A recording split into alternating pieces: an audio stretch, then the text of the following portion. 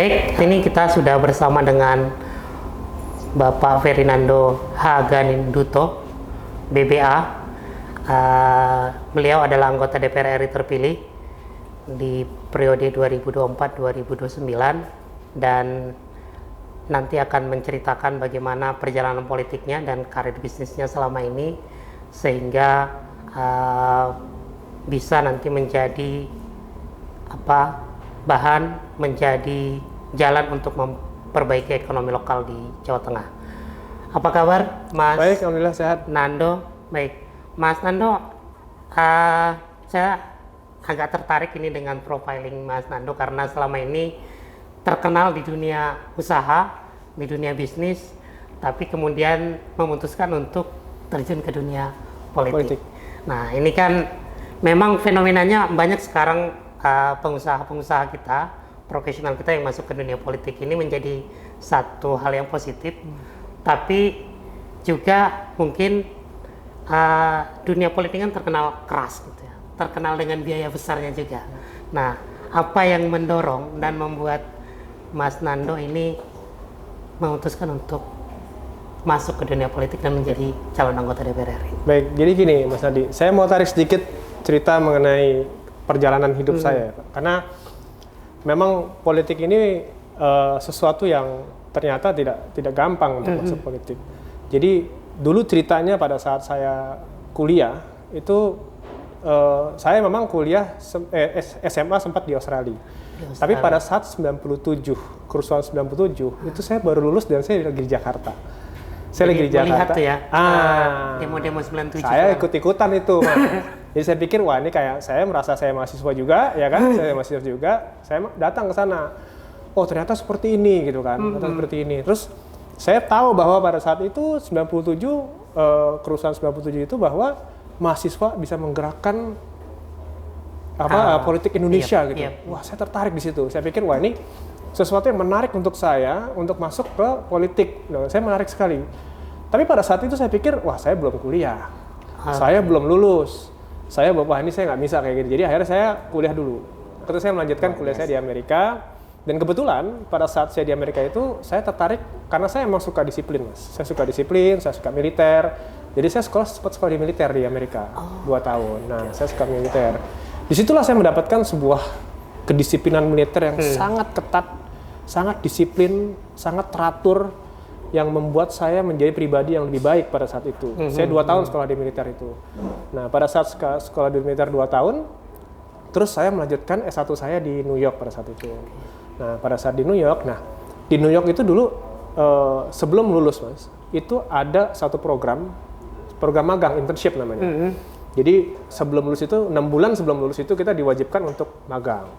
Nah, pada saat magang, itu kantornya yang tempat kita magang itu ditunjuk sama sekolah. Jadi sekolah menunjukkan kamu kerja di sini, kamu kerja di sini, kamu kerja di sini. Nanti tempat kerja kamu itu yang akan menilai bahwa kamu kerjanya bagus apa enggak selama 6 bulan. Itu akan menjadi hasil dari nilai sekolah saya. Nah, karena saya pengen nilai bagus, Mas Ardi, otomatis saya kerja banting tulang. Pada saat itu, saya bentuk di perusahaan apa waktu itu, Mas? Waktu itu namanya Matrix Capital. Matrix Capital. Nah, itu perusahaan hedge fund di New York itu. Karena di New York itu kan, karena saya memang background saya kan keuangan, jadi saya waktu itu kerja di hedge fund di perusahaan. Kalau di sini tuh reksadana lah, hedge fund di sana. Nah, saya kerja di situ magang karena saya tertarik di financial institution, saya kerja di situ. Nah, 6 bulan saya banting tulang kerja karena saya kan ingin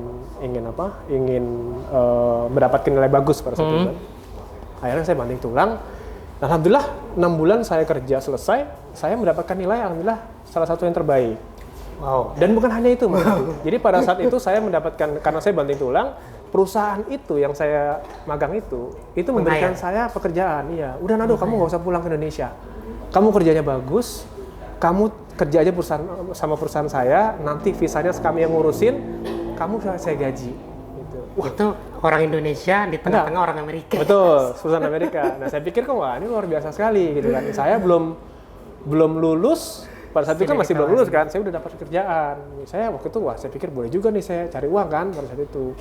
Saya nanya sama bos saya, "Pak, ini berapa gajinya?" Saya ngomong gitu. Loh, kan kita cari uang toh, kita kan kerja kan cari uang. Ini berapa gajinya? Oh ya, waktu itu Pak, waktu itu tahun 2004 ya. Itu saya ditawarkan gaji $5.000 per bulan. $5.000 per bulan. Itu kalau dikonversi ke rupiah itu, ya kalau 10.000 aja, itu udah 50 juta per bulan. Iya. Nah, ini yang tertarik. Ini menarik. Pada saat itu, kalau saya ambil gaji 50 juta per bulan ini, dan saya kerja di perusahaan itu, dan saya udah menikmati uang itu, saya bertahun-tahun kerja, mungkin saya dapat istri juga orang Amerika, saya lupa dengan negara saya. Kalau misalnya saya melakukan itu, saya akan lupa itu semua. Saya akan lupa 97 saya ingin masuk politik. Saya akan lupa kalau misalnya saya ingin membangun negara saya. Jadi apa yang saya lakukan pada saat itu, saya tolak 50 juta ribu. Saya tolak. Karena kenapa? Karena kalau saya terima, saya nggak mungkin balik ke Indonesia. Saya mungkin kerja di sana dan seterusnya. Bahkan bisa jadi citizenship di sana. Pasti. Ya, akhirnya saya tolak 50 juta per bulan, gaji 50 juta per bulan itu demi negara saya. Jadi saya bilang sama Pak, mohon maaf, terima kasih atas tawarannya, tapi Pak, saya kesini untuk belajar. Saya di sini untuk menuntut ilmu, karena begitu saya lulus, saya ingin balik ke negara saya ingin bangun negara saya. Itu yang jawaban saya. Sampai Indonesia, saya melamar ke ratusan perusahaan, tidak ada satu perusahaan pun yang menawarkan gaji 50 juta per bulan. Otomatis, karena saya baru lulus kuliah, nggak ada. Tapi ya nggak apa-apa, itu risiko saya. Saya dapatkan gaji yang sangat minim, saya kerja di bank, dan seterusnya. Nah, itu pada saat itu saya memang udah tertarik ke politik. Saya bilang, saya udah lulus nih. Saya pengen masuk politik. Tapi ternyata politik itu nggak murah. Ternyata politik itu dituntut kemapanan. Suatu pribadi yang harus mapan, dan harus punya, udah beres dengan, harus selesai dengan dirinya sendiri. Pada saat itu saya belum selesai, Mas. Saya waktu itu keluarga saya belum ada, saya belum nikah, saya belum punya anak, gaji belum ada, belum kerja. Saya pikir, wah ini sih nggak mungkin masuk politik sekarang. Jadi akhirnya saya berusaha membina satu keluarga, terus akhirnya saya hampir 25 tahun saya bekerja, menabung dan seterusnya. Nah, inilah saatnya. Saya ingat tahun 97, pada saat itu saya ingin masuk politik. Dengan kemapanan saya sekarang, saya alhamdulillah umur udah 44, udah setengah jalan ini. Masih muda kan? Memang jiwanya saya masih muda, tapi umur saya udah 44, saya udah siap untuk terjun, saya udah selesai dengan saya dan keluarga saya. Anak saya 3, alhamdulillah udah perempuan, udah besar-besar. Luar biasa. Istri saya juga udah punya usaha juga. Jadi inilah saatnya saya ingin mengabdi, Mas. Inilah saya ingin menjadi manusia yang bermanfaat untuk negara saya sendiri. Itu ceritanya. Luar biasa. Jadi nggak banyak orang Indonesia nolak pekerjaan di Amerika gajinya 50 juta. Ini langka ini, Mas Nando ini. Tapi Mas Nando, kalau ini ada orang banyak bertanya gitu ya, Mas Nando ini masih apakah betul anaknya Pak Dito, yang juga politisi senior di Golkar gitu ya, abangnya Mas Diko, Bupati Kendal. Nah, dan ada nggak pengaruh dari ayah gitu ketika memutuskan untuk masuk ke politik? Baik. Jadi di keluarga kami, Mas Ardi, jadi ayah saya terutama itu tidak pernah, karena kami kan ada 4 anak laki dan 1 anak perempuan. Jadi banyak lakinya, ada 4. Kami dari kecil itu tidak pernah didorong-dorong harus begini, mau kesini, nggak pernah, sama sekali nggak pernah. Jadi ayah saya tuh benar-benar membebaskan kami untuk berpolitik, berkarir, memilih jodoh dan seterusnya, itu nggak pernah ada jalannya masing-masing ya? Nggak pernah. Jadi, tapi otomatis beliau udah berpolitik dari 2004. Bapak saya udah menjadi anggota DPR RI 4 periode berturut-turut. Otomatis ilmu politik itu saya sudah dapatkan di rumah, Mas. Jadi saya sudah belajar sendiri dari ayah saya sendiri. Setiap kampanye saya ikut. Saya pengen tahu, saya ikut kampanye beliau, saya terjun ke bawah sama bapak saya, walaupun saya waktu itu belum masuk politik. Saya pengen tahu aja, saya pengen belajar, karena saya suka belajar orangnya. Saya pengen terjun, apa sih politik, ke DPR saya ikut, sidang paripurna tuh saya duduk di atas. Di balkon itu ya? Di balkon itu saya pengen tahu apa gitu DPR, karena saya tahu, saya targetnya akan ke sana. Tapi sebelum saya ke sana, saya harus menguasai dulu nih apa sebenarnya DPR, ini apa itu sebenarnya. Itulah akhirnya saya belajar. Dan akhirnya saya memberanikan diri tanpa ajakan bahkan suruhan dari ayah saya untuk saya terjun ke DPR RI. Jadi ayah saya itu hanya seorang idola saya yang benar-benar mengayomi kami anak-anaknya. Tapi dia juga nyuruh kamu harus begini, kalau enggak. Jadi benar-benar niat dari saya sendiri. Juga misalnya ajakan Nando masuk politik gitu, nggak ada ya Mas? Nggak ada. Tapi guru politiknya Mas Nando langsung ke pasti ayah saya. Iya. Karena beliau di rumah juga ngomong politik, saya nanya juga langsung dijawab, telepon juga langsung diangkat, ya kan? Jadi saya lagi nonton TV ini ada apa nih ayah, langsung saya telepon, oh ternyata gini ya, itu saya belajar banyak. Jadi diskusinya langsung dengan politisi. Langsung politisi. Itu salah satu modal saya Mas, kenapa saya bisa alhamdulillah sekali maju langsung menang. Itu salah satu modal saya. Jadi ini perdana Mas ya? Perdana jadi caleg langsung terpilih? Langsung alhamdulillah terpilih. Luar biasa, ini juga barang langka ini. Ini jadi barang langkanya udah 2 nih sekarang. Nah, Mas Nando, jadi kita ini kan, Mas Nando kan dari Dapil Jateng 1 ya, Semarang, Kendal, Kabupaten Semarang ya, jadi Salatiga.